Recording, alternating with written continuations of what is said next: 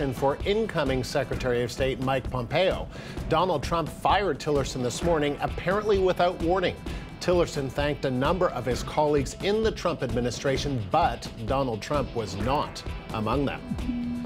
So it's another turbulent day in the American Capitol, and Lyndsay Duncombe joins us from the White House for a Facebook Live event. You can stay with us and watch it here, or if you'd like to ask Lyndsay questions about Tillerson's departure, go to facebook.com/CBC News or youtube.com/CBC News. So Lyndsay, wow, we just heard from the outgoing Secretary of State himself. What did you make of what he had to say, his tone, what he talked about? Well, I think he was pretty shook. I was listening. I didn't have the ability to watch Rex Tillerson, but even from his voice, you got the sense that this was not how he expected his Tuesday to unfold. There's all kinds of conflicting reports here. What he heard on the weekend, why he came back from Africa early, but it was very clear that the tweet went out around 9 o'clock this morning, and the conversation that Rex Tillerson said he had with the President of the United States didn't happen until noon today, when Trump is said to have phoned him from Air Force One on the way to California. So certainly rattled, certainly taking care to thank the people who have worked with him directly, to reach out to the Joint Chiefs of Staff, to talk about things that he was proud of, including working towards some sort of solution in North Korea against ISIS, talking about how to deal with problems such as Russia and China. But as you noted, in no point in time, although he certainly sounded grateful for having the job and the ability to serve, he didn't thank the president. He did not come out and thank Donald Trump for the opportunity, Andrew. No, he didn't, and that was just something that I think we all noticed. Here are some questions from some viewers, some good questions. This is what Ann Wisdom asks. What is Trump thinking? I know that you can't read. I know you can't read Donald Trump's mind, but I think what the question that people are wondering is what was it about that relationship that just didn't work? Well, I think it was boiling down to different views of many of these foreign policy issues. And that's how Donald Trump laid it out this morning. And he mentioned the Iran deal. That was something that they've been talking about for a long time. Rex Tillerson believes that the deal that was struck under the Obama administration is something that needs to be kept in place because it involves other countries, and he's concerned about security, whereas Donald Trump from the start of his campaign has said that he wanted to see that deal end. So that was just one of those flashpoints, but the other ones were also pretty key. The idea of moving the embassy in Israel to Jerusalem is something that Rex Tillerson didn't want to do, but the president went ahead and is planning to do it. So I think it wasn't so much a clash of personalities, Anne, as it was those distinct policy differences that over time you can't really present a country to the world that way. This is a key relationship where it's the job of the Secretary of State to be the emissary of the president, the go-between between the president and other countries, and it's really tough to do that if you don't agree on basic policy.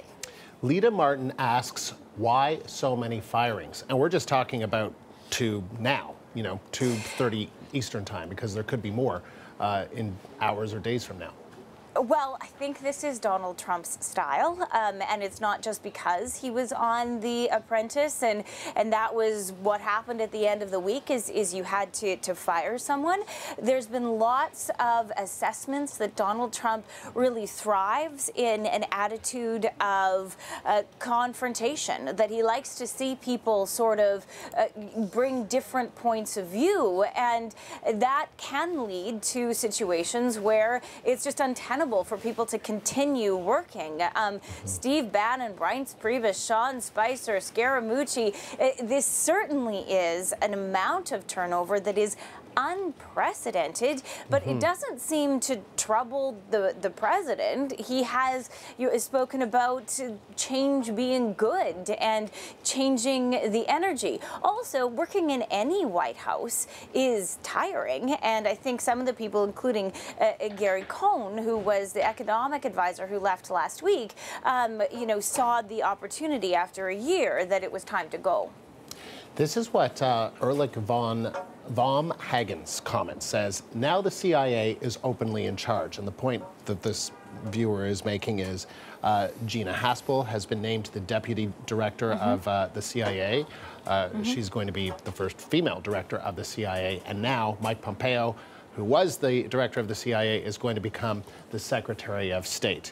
What's the significance of having the CIA seemingly running the show?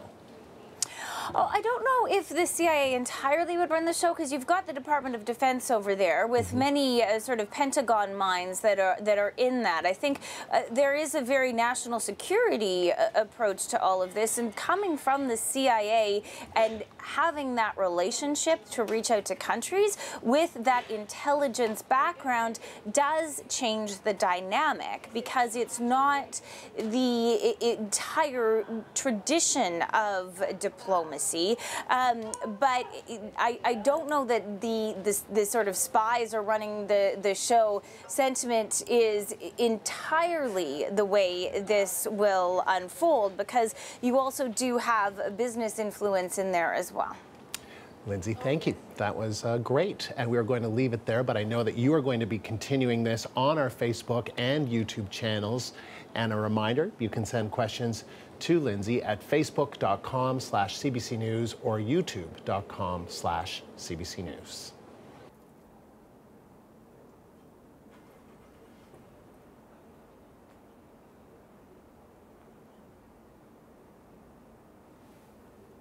Hi, and welcome back to this Facebook Live. We're just leaving the News Network broadcast, but thank you for continuing to join us on Facebook and YouTube. My name is Lyndsay Duncombe. I am at the White House, and I'm happy to answer some of your questions today about the big news. Rex Tillerson fired, the Secretary of State, who's had a tumultuous relationship with the President, is on his way out. We heard from both men, the President and the Secretary of State, today. And I have a question here from James DeBernardi, and he is asking, Rex Tillerson was key on NAFTA, and what happens now? And that is a good question, because these key negotiations on this trade file are happening in the middle of all of this turmoil, and you have to wonder how much priority is going to be given to that as they try to reassess.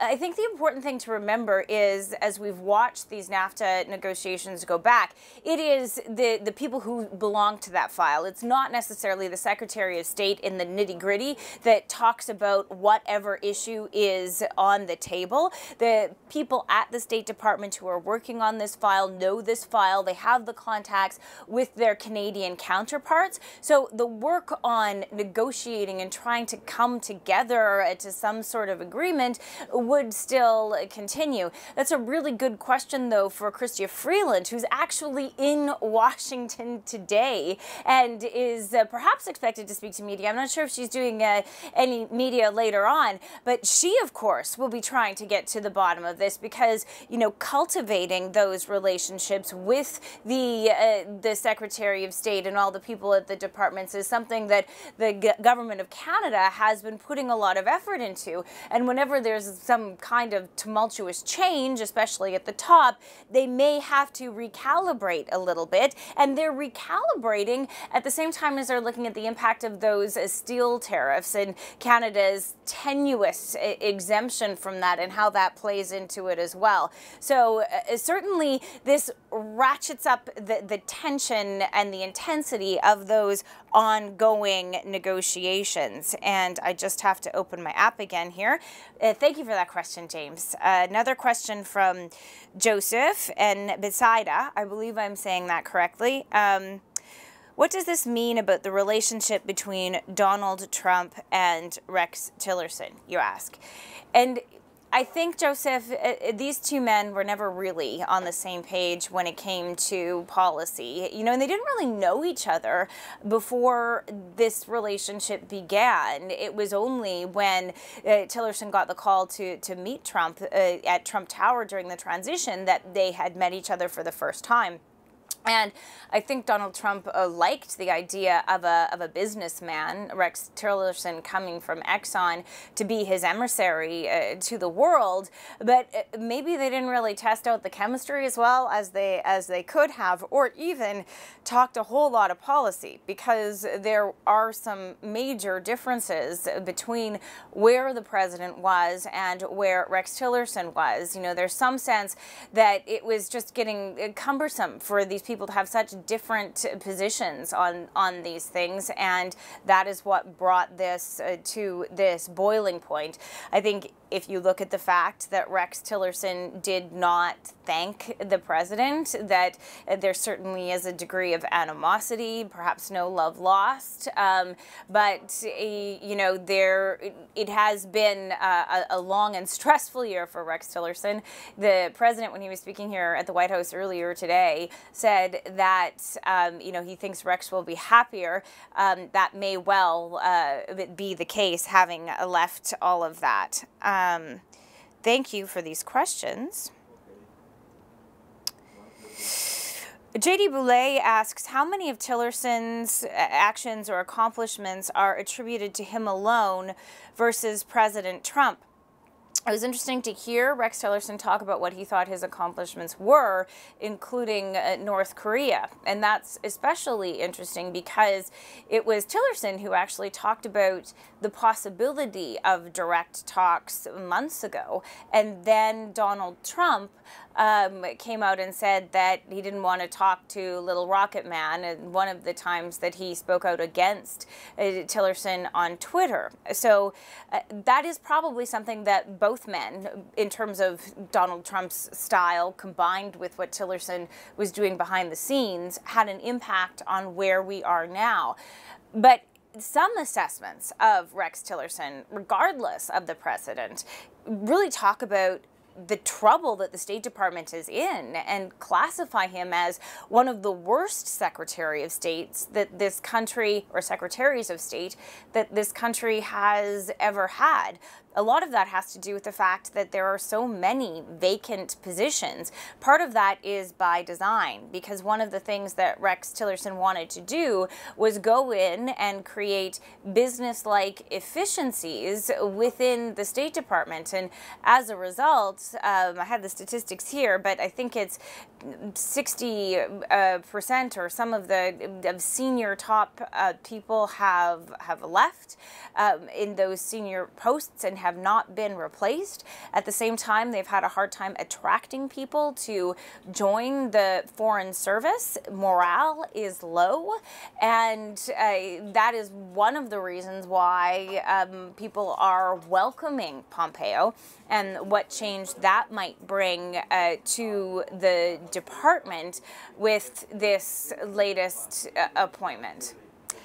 And, you know, that's a problem with these iPhones. They keep disappearing on me.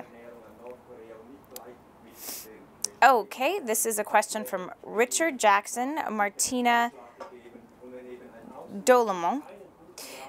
It's a comment that Trump is doing this to make his mark in history, wants to be remembered as a president who did things his own unique way and didn't follow the same suit that his predecessors have done for years prior.